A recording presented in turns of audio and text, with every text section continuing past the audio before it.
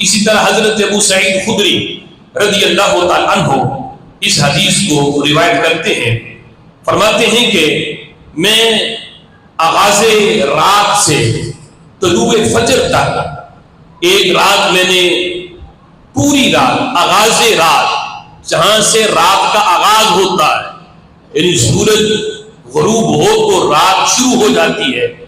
تو حضرت ابو سعید خدری رضی اللہ تعالیٰ عنہ کہتے ہیں میں نے آغاز رات سے، جب سے رات شروع ہوئی طلوع فجر تک، جب فجر کا وقت شروع ہوتا ہے، سحری کا ختم ہوتا ہے،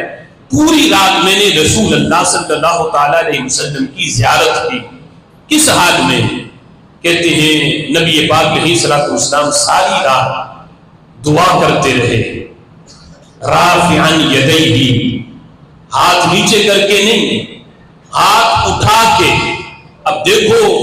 ہم 10 منٹ کے لیے ہاتھ اٹھا کے دعا مانگیں تو بندہ اکتا جاتا ہے، تھکاوٹ ہوتی ہے۔ سوچو میرے محبوب نے ساری رات ہاتھ اٹھا کے دعا مانگی، پھر ان کا ہاتھ اٹھانا کوئی ضروری نہیں تھا، وہ تو ہاتھ اٹھائے بغیر بھی کسی کے لیے دعائیہ کلمات کہیں تو رب کی بارگاہ میں قبول ہی قبول ہے۔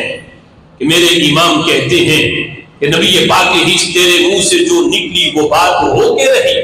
جو کہا دن کو رات کو شام ہو کے رہی، وہ تو جو دعا بھی کرے، وہ زبان جس کو سب کن کی کنجی کہیں، اس کی نافذ حکومت پہ لاکھوں سلام۔ اللہ کی بارگاہ میں ان کے منہ سے نکلی ہوئی ہر بات مقبول ہے، لیکن میرے محبوب نے بڑے تکلف کے ساتھ ہاتھ اٹھا کے بڑے اہتمام سے دعا مانگی۔ کس کے لیے؟ حضرت ابو سعید خدری کہتے ہیں ساری رات میں دعا بھی سنتا رہا، محبوب کے چہرے کا دیدار بھی کرتا رہا۔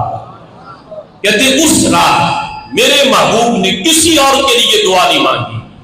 یدعو لعثمان، ساری رات میرے محبوب نے جس ہستی کے لیے دعا مانگی وہ حضرت عثمان غنی رضی اللہ تعالیٰ عنہ کی ہستی ہے۔ اب یہ ایک رات حضرت ابو سعید خدری اس کو بیان کر رہے ہیں، پتہ نہیں ایسی کتنی راتیں ہوں گی کہ جن راتوں میں میرے محبوب نے حضرت عثمان غنی کے لیے دعائیں مانگی ہوں گی۔ یہ تو اتفاقاً حضرت ابو سعید خدری کہتے ہیں میں پاس بیٹھا تھا، میرے محبوب دعا مانگنی شروع ہوئے، آغاز رات سے طلوع فجر تک یہ سلسلہ جاری رہا۔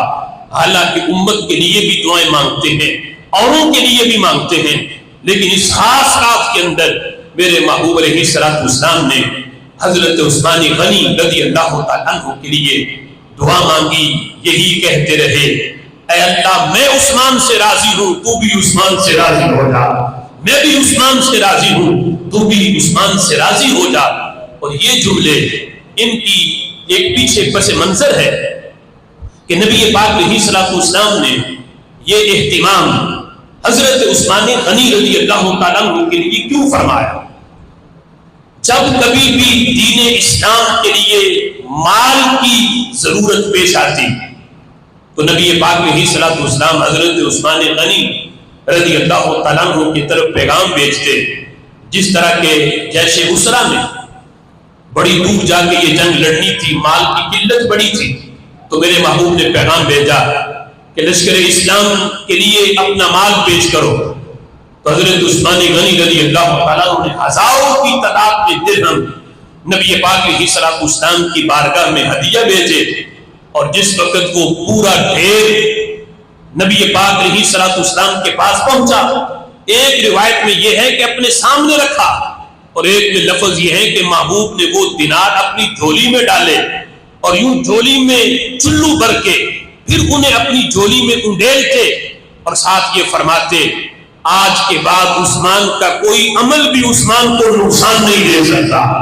اور یہ کہتے اے اللہ میں عثمان سے راضی ہوں، اللہ تو بھی عثمان سے راضی ہو جا، میں عثمان سے راضی ہوں، تو بھی عثمان سے راضی ہو جا۔ یہ جملے نبی پاک علیہ الصلوۃ والسلام کے ایک موقع پہ نہیں، آپ نے اکثر حضرت عثمان غنی رضی اللہ تعالیٰ عنہ کے لیے یہ جملے بولے ہیں۔